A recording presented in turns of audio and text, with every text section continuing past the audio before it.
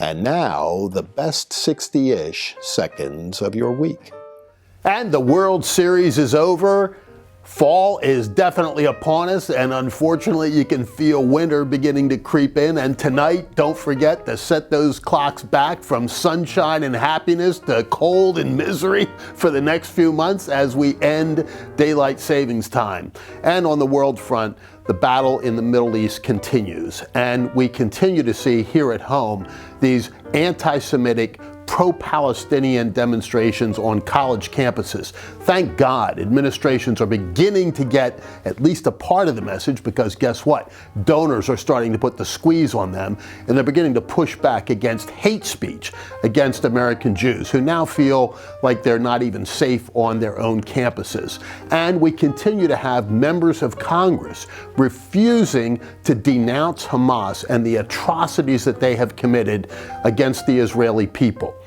Think about that. Summer Lee, for example, in Pennsylvania. Where is Senator Bob Casey calling her out for the outrageous statements that have been made by she and her colleagues, and for her support of Omar and Tlaib and the rest of these folks who have a long history of anti-Semitic speech and actions and continue to defend Palestinian Islamic terrorists in the Middle East? And we will continue to pray for the Jewish people in America, the people of Israel, the peace of Jerusalem, and the destruction of Hamas as we enter into the next phase of the war there. And back here in my home state of Pennsylvania, the Commonwealth Court this week ruled against the previous administration, Tom Wolf's, on the RGGI, so-called Regional Greenhouse Gas Initiative. This is at its core a tax on the people of Pennsylvania, a $600 million tax, by the way, which was shot down 4-1 by the Commonwealth Court. And now it's up to Josh Shapiro's administration, the new administration, to determine whether or not they want to appeal that ruling. This really puts Josh Shapiro where he ought to be, because he's been all over the lot on RGGI, telling union groups and some business groups that he was against it, meanwhile telling environmental groups that he supported it. Which is it, Governor Shapiro? Now you have a chance to put your mouth where your money has been. And Election Day 2023 is upon us. The so-called off-year elections that don't draw the attention or the turnout that presidential years do, for example. And in Pennsylvania, we've got some very important races up on the statewide judiciary. And please remember Judge Carolyn Carluccio for the Supreme Court. That race is incredibly important, because the balance of power there really rests on that one seat. The Democrats took it over with the election of 3 members of the Supreme Court in one election cycle, something that has never been done before to my knowledge, because of a particular set of circumstances involving resignations and retirements. But now, with that seat open, if the Republicans don't win it, it's going to be a long, long time before they can wrest control of the court again. And as a result, we'll continue to see ever increasing left-wing decisions coming from a very activist court. And for the Superior Court, you have Judge Harry Smale from Westmoreland County and Maria Batista from Clarion County running. Both good candidates, deserving of your vote.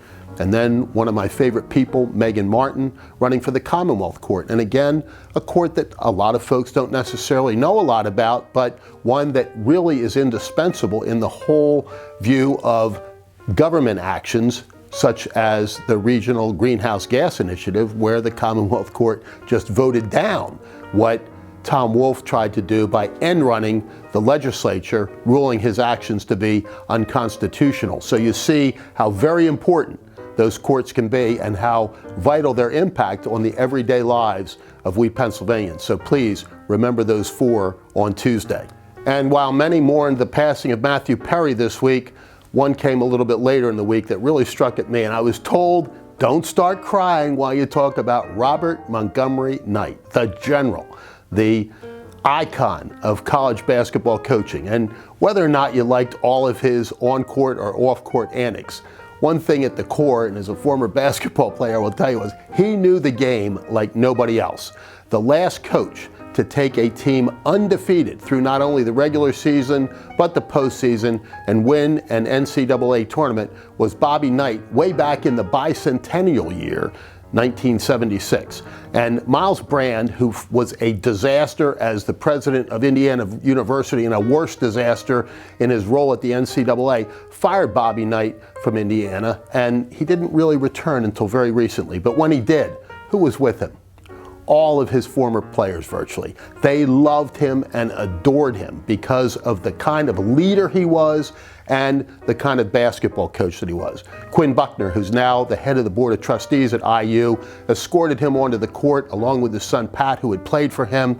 He was hugged by Isaiah Thomas and some of the legendary Indiana University players because of who he was and what he did. Bob Knight was a player. A lot of people don't remember back in 1960 when he played for the national championship team of Fred Taylor at Ohio State, coming off the bench behind guys like John Havlicek, Larry Siegfried, Jerry Lucas, an all-star cast there upon which he played. And then he went to coach at Army. One of his understudies, Mike Krzyzewski, for example. Up and down all of his career, Bob Knight was at the pinnacle of success. And just a quick story. When he went to Texas Tech after having been fired at Indiana, there was, shall we say, some reticence on the part of some faculty members there to welcoming him. And some folks decided that they would put together a chair throwing contest, reminiscent of one little incident in Knight's life, to raise money for the library. And if you paid a certain fee, you could come see how far you could throw a chair. And when the day came, guess who was number one in line? Coach Knight himself. He took and said, "This is how you do it," wrote a check to the library for the full amount they were seeking to raise, and walked away. The librarian Lever said, "I don't like Bobby Knight. I didn't want him here, but I got to tell you, the previous librarian, or the previous coach didn't even know where the library was, much less donating funds to us." That was the kind of man Bob Knight was, and every single one, virtually just every single one, with a couple of notable exceptions, I assume, his players all talk about what he did for them as men as well as basketball players. And we all know what he did politically in the closing days of his life, a big supporter of President Donald Trump. May he rest in peace. And for now, that is the best 60-ish seconds of your week.